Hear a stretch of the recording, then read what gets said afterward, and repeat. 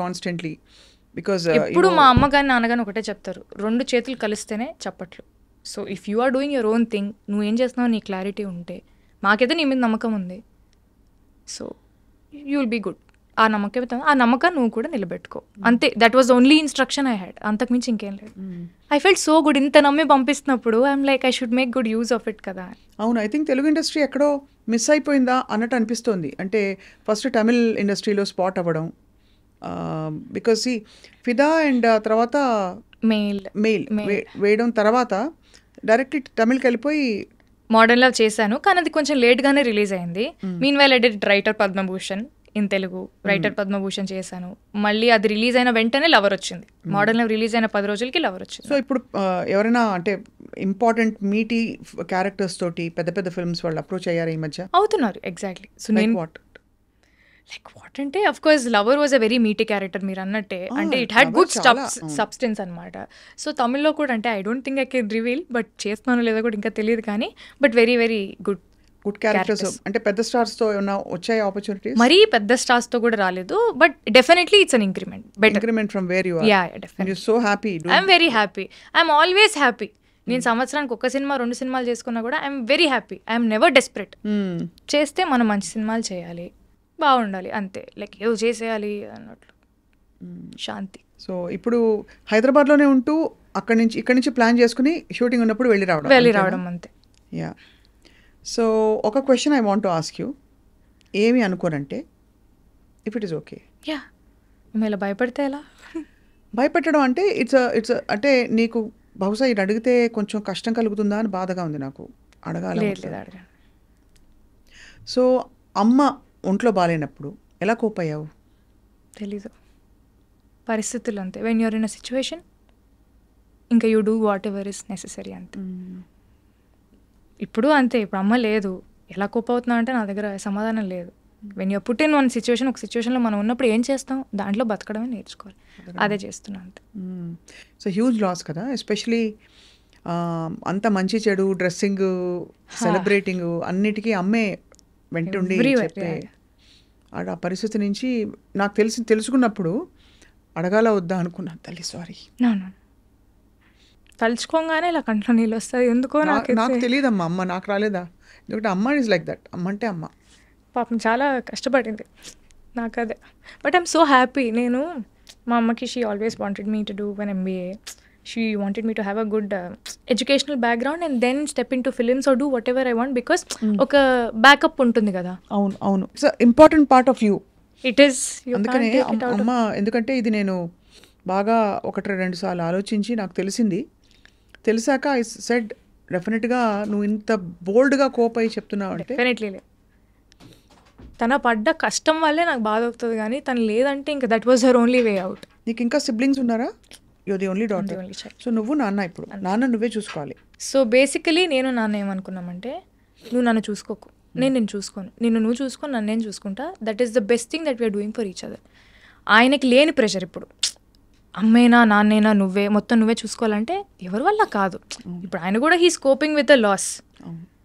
ఇప్పుడు at the same time నేను ఇంకా పిల్లనే కదా ఆయనకి. He's 60, I'm just 25. How will I take care of a 60-year-old? Like నాకు ఆ యాడెడ్ రెస్పాన్సిబిలిటీ కానీ అది నాకు ప్రెషర్లానే ఉంటుంది కదా.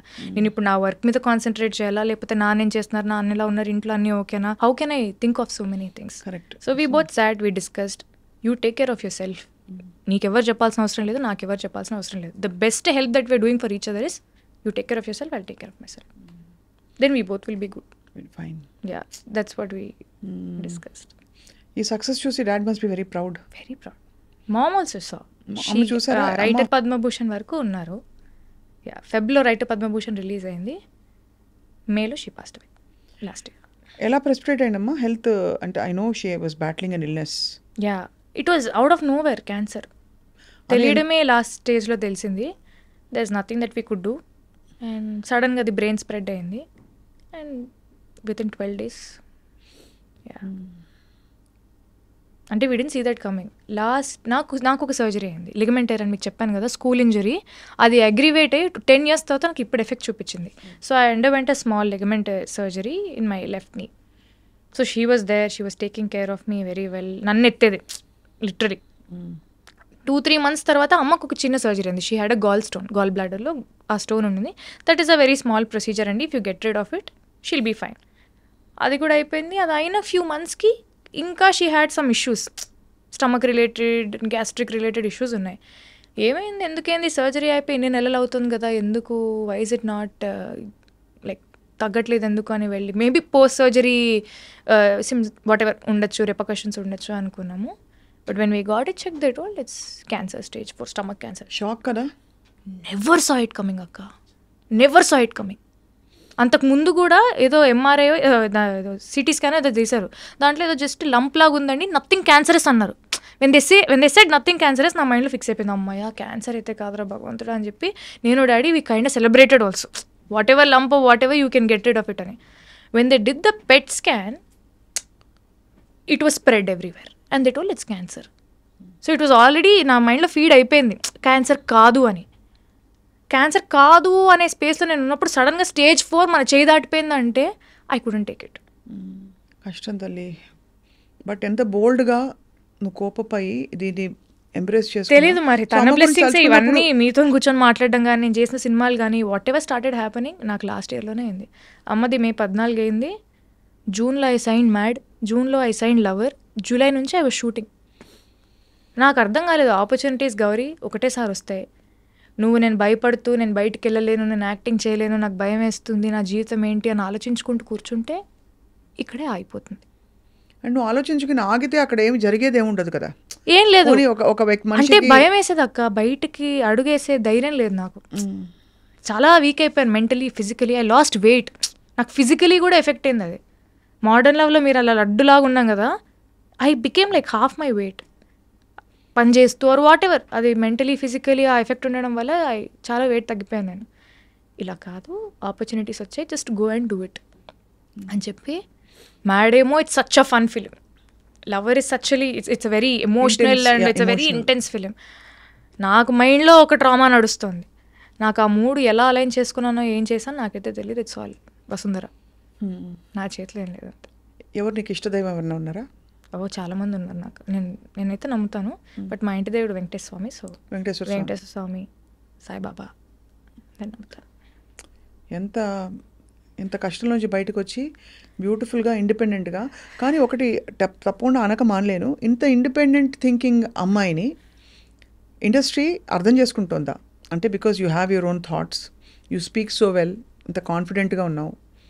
బహుశా ఐ డోంట్ నో నువ్వు ఎంత ఇంటర్ఫియర్ అవుతావు, ఇది ఎందుకు సార్ ఇలాగా, ఎందుకు సార్ అలా అడుగుతుంటావా? సినిమాలో అంటున్నారా? సినిమాలో నాకు డెఫినెట్ ఐఎమ్ వెరీ ఇంక్విజిటివ్.